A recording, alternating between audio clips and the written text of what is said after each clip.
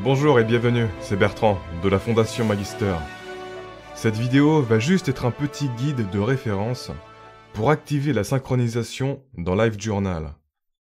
D'ailleurs, avant de commencer cette vidéo, pour ceux que ça intéresse, vous pouvez justement obtenir 2 mois d'essai gratuit de la fonctionnalité de synchronisation de LiveJournal, mon application de gestion de notes.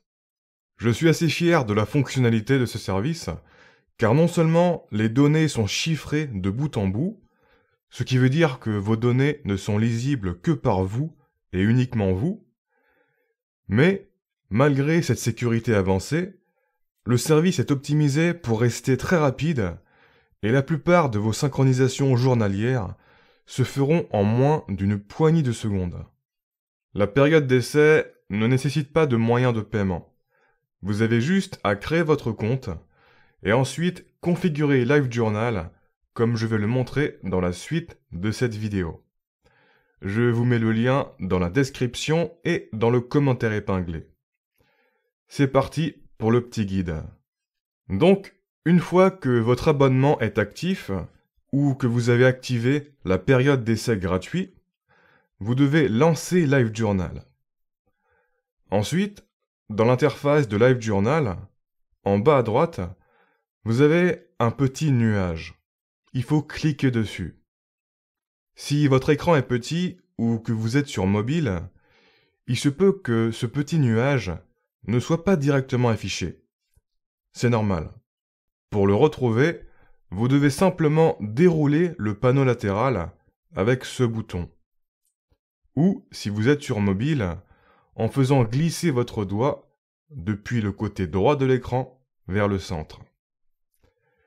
Une fois que vous aurez cliqué sur ce petit nuage, cette fenêtre s'affichera. Vous devrez rentrer votre identifiant et mot de passe associés au service.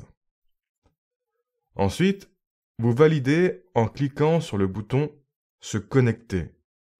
Si vos identifiants sont corrects, l'application va vous demander de sélectionner l'une de vos bases de données cloud. Les abonnements LiveJournal vous permettent d'avoir un certain nombre de bases de données cloud.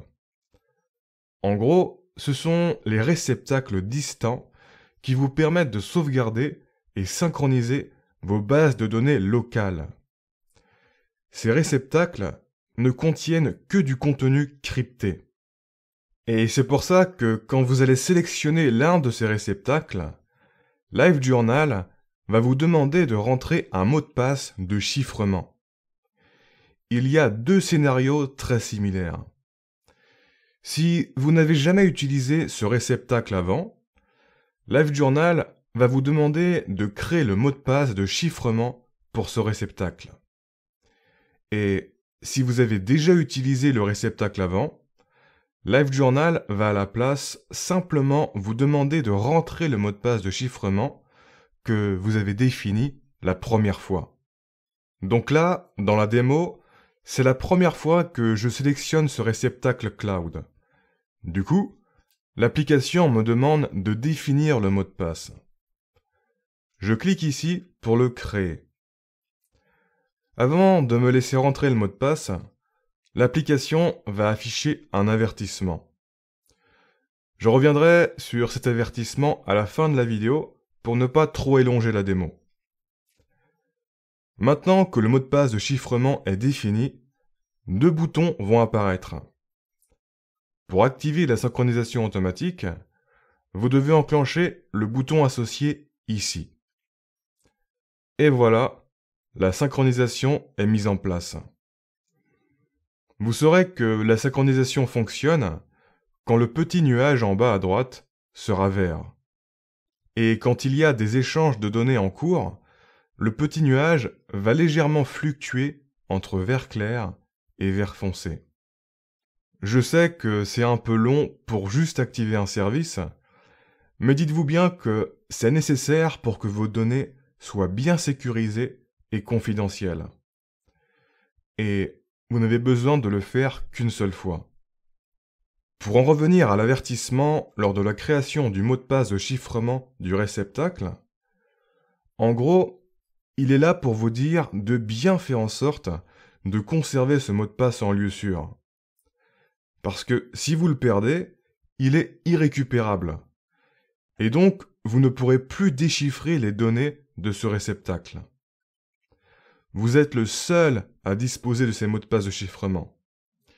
Et c'est ça qui fait que vous êtes le seul à pouvoir déchiffrer le contenu de vos réceptacles cloud. C'est du chiffrement bout en bout, dans le style de ce qu'utilisent l'armée, les banques, les gouvernements et compagnie.